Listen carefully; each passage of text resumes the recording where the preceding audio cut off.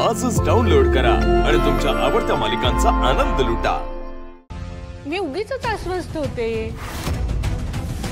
कोणी काय वाटेल ते बोललं ना, अगदी मी माझ्या नातीसाठी वेडी झालीये असं जरी म्हटलं ना, तरी माझा विश्वास ढळणार नाही। असं आहे होय? कोण होती कोणती? हा, अरे तिचं नाव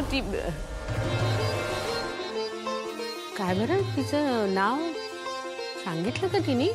म्हणजे सांगितलं आणि मला आठवत नाहीये का तिने?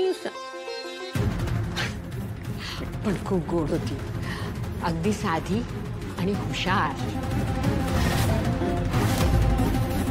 अरे तुला सांगते, मला चक्कर आली ना तर पटकन पाणी मिळेना। हिने काय करावं? हिने एकाच्या थाळीतला नारळ उचलला, तो फोडला, माझ्या तोंडावर पाणी मारलं, मला पाणी प्यायला दिलं। मला एवढी गंमत वाटली ना, कसं तिला पटकन सुचलं ना हे। किती प्रेमाने आणि अदबीनं बोलत होती रे ती। हे संस्कार बोलतात राजन। तिच्या आईने खूप चांगले संस्कार केले असणार तिच्यावर। वाटलं माझी मोठी नात अशीच असेल, म्हणजे अशीच असावी, तिच्यासारखीच गुणी। थँक गॉड ती मुलगी तिथे होती। पण आई, आता ह्या गोष्टीचा फार विचार करू नकोस हा। तू आज चल आणि आराम कर। आणि हो, तुला काही त्रास होत असेल तर मला लगेच सांग, आपण लगेच डॉक्टरांकडे जाऊ। यावर मला चर्चा नको आहे। पण मी अगदी बरी आहे आता। ती मुलगी भेटल्यापासून तर मला असं अंगात उत्साह आल्यासारखं वाटतंय। राजन, काय चाललंय तुझं? तू मुद्दाम करतोयस का? तुला दिसत नाही मी काम करते ते? मुद्दाम जोर जोरात बोलतोयस ना तू? मी डिस्टर्ब होते, कळत नाही? रागिणी, अगं आम्ही मोठ्याने कुठे गप्पा मारतोय?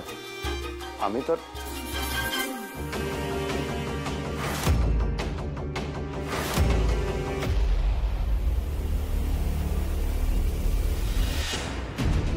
कामिनी, तुझ्या लेकीला सांग, म्हणावं काम करायचं असेल तर कामात लक्ष द्यावं लागतं,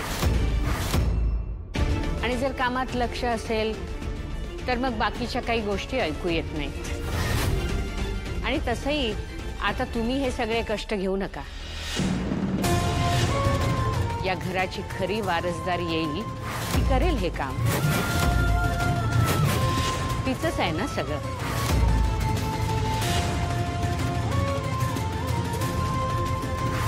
हा माझा भ्रम नाही, ठाम विश्वास आहे।